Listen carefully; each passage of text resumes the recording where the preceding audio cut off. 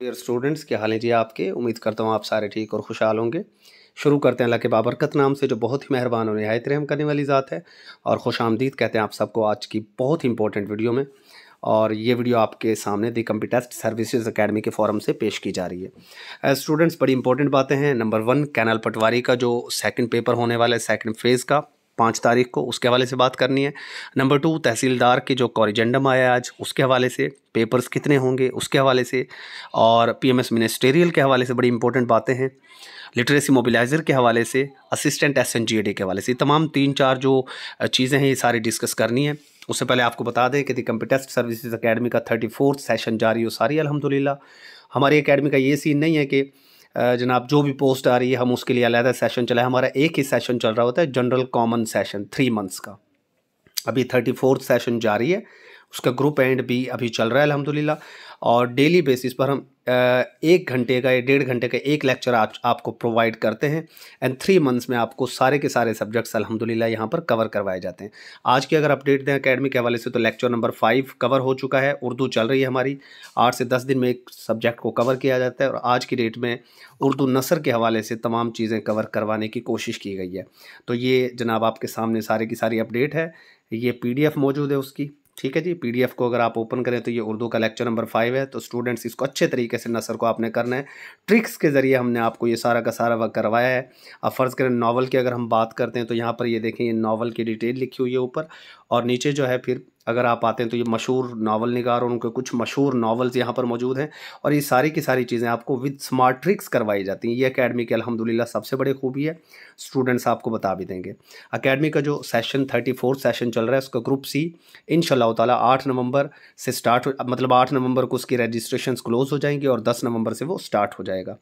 और इसी PDF के नीचे जब आप जाते हैं तो आपको यहाँ पर वीडियो लेक्चर मिल जाता है। लिंक को जब आप ओपन करेंगे तो वीडियो लेक्चर भी आपका ओपन हो जाता है। तो डेली बेसिस पर आपको इस तरह 1 से 1.5 घंटे का लेक्चर मिलता है। अब बात कर लेते हैं हम। सबसे पहली आपकी जो टेंशन है वो है कैनाल पटवारी के हवाले से। स्टूडेंट्स काफ़ी ज़्यादा परेशान हैं कि जी कैनाल पटवारी का क्या बनने वाला है।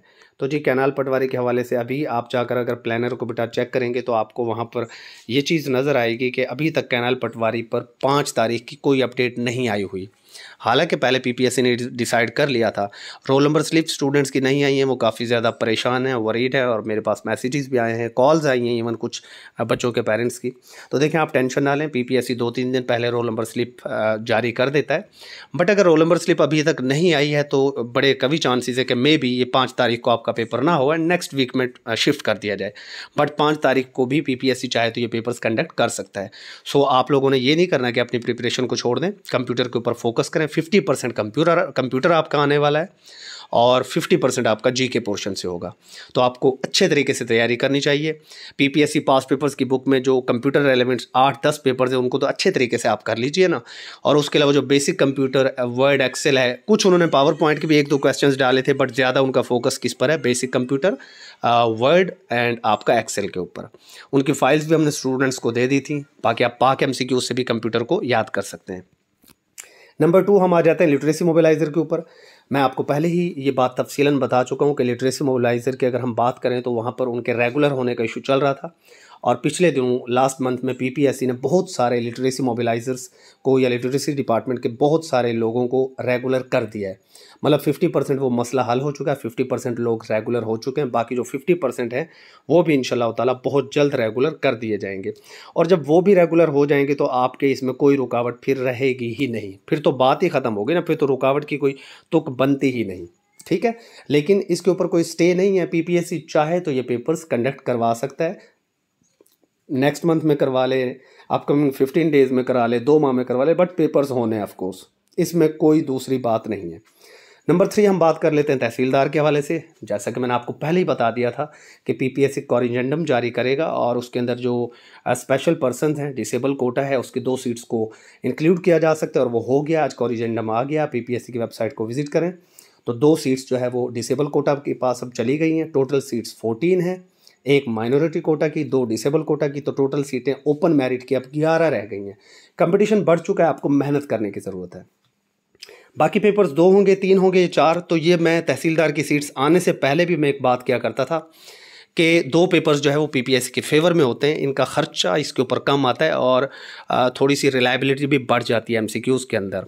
ठीक है, जो डिस्क्रिप्टिव पेपर है उसमें समटाइम्स कुछ लोगों के साथ ज़्यादती हो जाती है।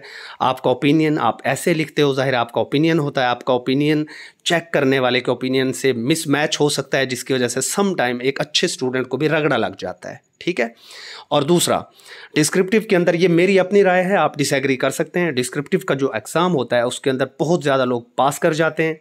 यानी अगर 14 सीटें हैं फ़र्ज़ करें तो वहाँ पर 700 लोग भी पास कर सकते हैं। तो इंटरव्यू के अंदर करप्शन के चांसेस बढ़ जाते हैं। इंटरव्यू में जब 700 लोगों का इंटरव्यू होता है तो सम टाइम एक ऐसा इंसान जिसके अंदर बोलने की सलाहियत है, जस्ट उसके अंदर कॉन्फिडेंस है, वैसे में भी उसके अंदर कोई सलाहियत ना हो, वो आपको माथ वहाँ पर दे सकते हैं। बहरहाल इंटरव्यू होती ही कॉन्फिडेंस की गेम है।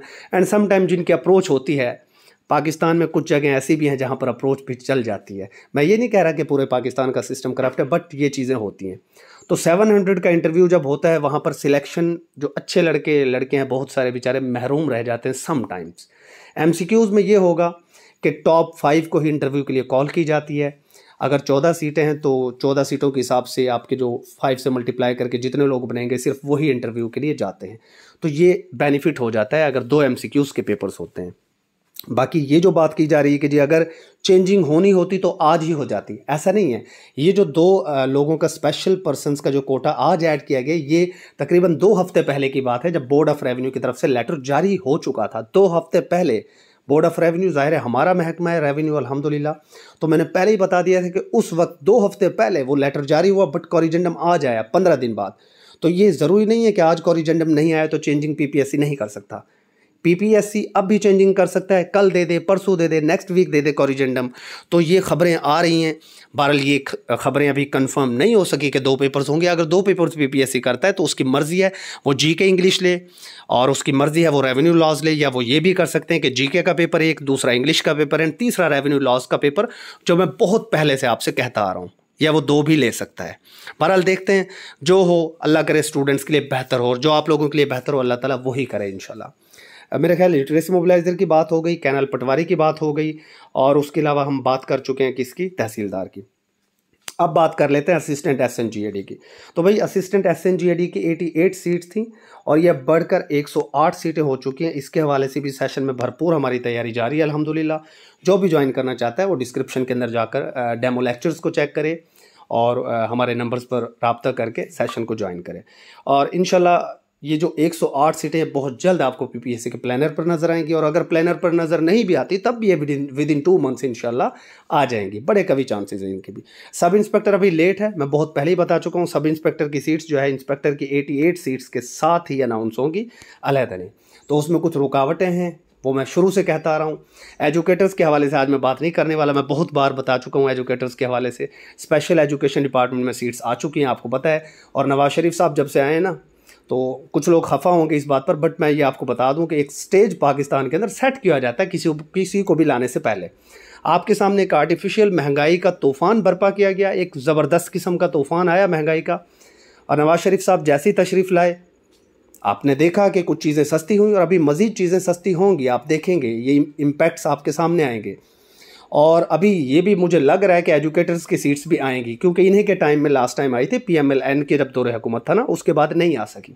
तो बड़े कभी चांसेस हैं कि नवाज शरीफ साहब आएँ तो इनकी गवर्नमेंट आके आप लोगों को ज़रूर ये खुशखबरी सुनाएगी। हो सकता है पहले ही कि जी हम एजुकेटर्स की सीट्स को दोबारा लेकर आएंगे आपके सामने। एजुकेशन के महकमे को प्राइवेटाइज़ करने का एक सोचा छोड़ा गया, ये बड़ी प्लानिंग चल रही होती है। मासूम जहन समझ नहीं पाते, और हमारे लोग बड़े मासूम हैं, उनको लगा कि वाकई ऐसा हो जाएगा। बहरहाल टीचर्स कम्युनिटी सामने आई, एक ड्रामा क्रिएट किया गया, और वो फ़िलहाल वो प्राइवेटाइजेशन का इशू जो है वो दब गया है। एंड आई होप सो कि इंशाल्लाह ये दबा ही रहे। बहरहाल एजुकेटर्स की सीट्स भी आएंगी, ये मैं आपको क्लियरली बता रहा हूँ। इंशाल्लाह आएंगी, एक बार तो ज़रूर आएंगी, फिर आएँ या ना आएँ। नेक्स्ट हम बात कर लेते हैं कौन सी चीज़ रह गई आपकी, हाँ जी, पीएमएस मिनिस्ट्रियल की अगर बात करें तो कुछ खास खबरें सामने आ रही हैं 18 सीटों के हवाले से कि विद इन 2 वीक्स आपके सामने एडवर्टाइजमेंट आ जाएगी। तो देखें, जो सेक्रेटरी साहब का लेटर है ना, मेरी समझ के मुताबिक उसमें उन्होंने ये नहीं कहा कि ये सीट्स पेंडिंग में, उन्होंने कहा था कि जी ये जो चेंजिंग हो सकती है ना इसके अंदर, कि जी सिर्फ SNGAD वाले अप्लाई करेंगे। ये जो फैसला है वो न्यू गवर्नमेंट कर सकती है, हम नहीं कर सकते।